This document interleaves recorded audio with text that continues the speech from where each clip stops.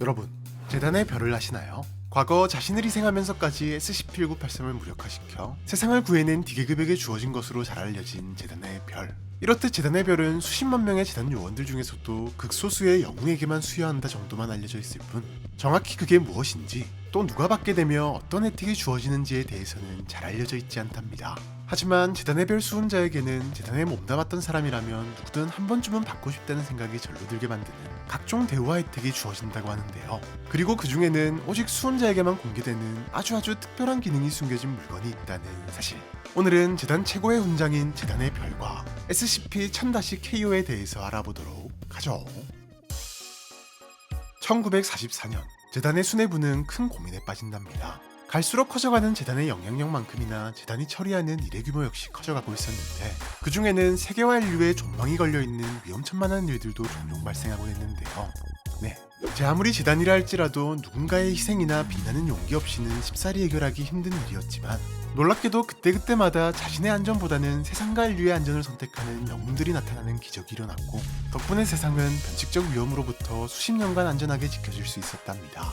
사실 이 정도의 활약이라면 세상 모든 사람들에게 히어로나 영웅으로 칭송받아야 마땅할 일이었지만, 재단은 그 존재 자체가 세상에 알려져서는 안 되는 단체이다 보니 그들의 활약 역시 세상에 알려지면 안 되는 일이었는데요.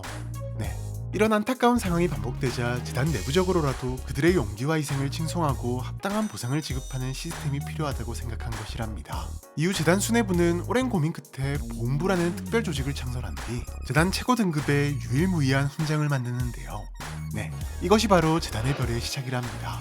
재단의 별은 오직 재단 임무에 최선봉에서 못 바친 자에게만 수여되는 훈장으로, 뛰어난 실력으로 재단 임무에 중대한 공헌을 남겼거나 죽음의 위기에서 자신보다는 세상을 위해, 그리고 동료와 민간인을 위해 희생한 인물에게 수여되는데, 여기서 중요한 건 출신이나 배경이 아닌 오로지 인물의 업적만 가지고 평가하기 때문에 평소에는 도구 정도로 취급받는 D계급도 2명이나 받은 역사가 있을 만큼 특별한 의미와 목적을 가진 훈장이라고 볼 수 있는데요.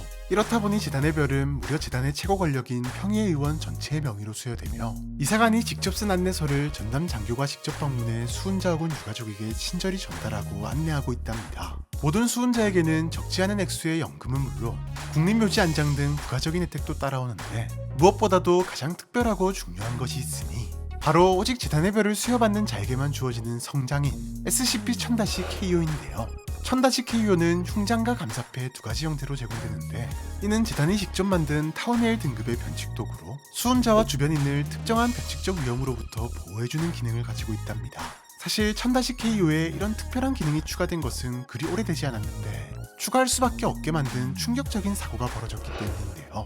1999년, 재단은 한 요주의 인물을 체포하는 데 성공한답니다. 그는 강력한 현실 조작 능력을 이용해 크고 작은 사건을 일으켰음에도 손쉽게 재단의 포위망을 빠져나가며 오랜 시간 재단을 괴롭혀온 인물이었는데요. 하지만 뛰어난 실력을 자랑하던 맥스 요원이 용기 있는 공격을 감행한 덕분에 아주 작은 빈틈을 만들어낼 수 있었고, 드디어 체포에 성공.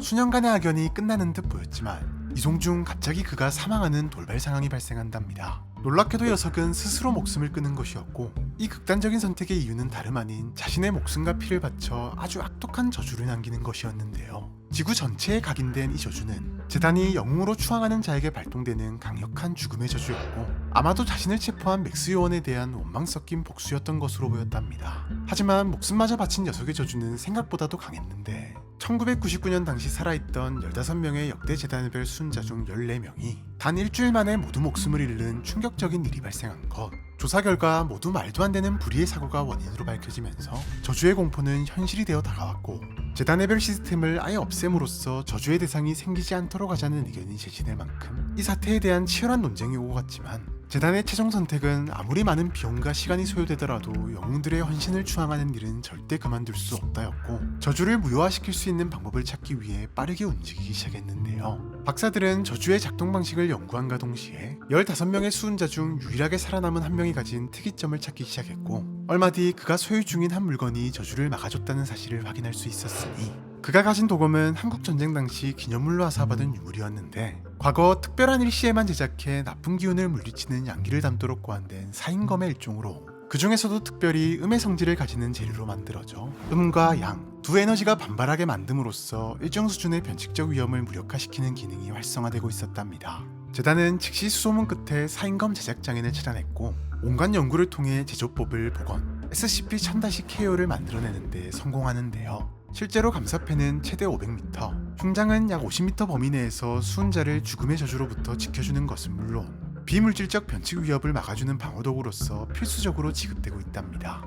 이외에도 1000-KO에는 간단한 비상신고 기능이 탑재되어 있어 각종 위험 상황 발생 시 감사패 뒤편의 버튼을 누르거나 옷에 달아둔 흉장을 잡아뜯는 것만으로도 인근에 위치한 재단기지 혹은 경찰에서 시간과 상황에 관계없이 최우선적으로 출동해 수은자와 그 가족을 보호한다고 하네요.